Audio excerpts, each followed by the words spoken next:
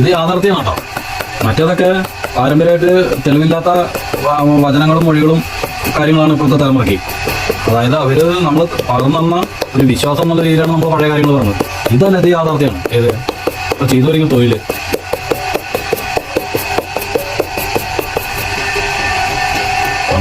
ബാക്കിയുള്ളതൊക്കെ ഒരു പകർന്നു തന്ന കാര്യങ്ങളാണ്.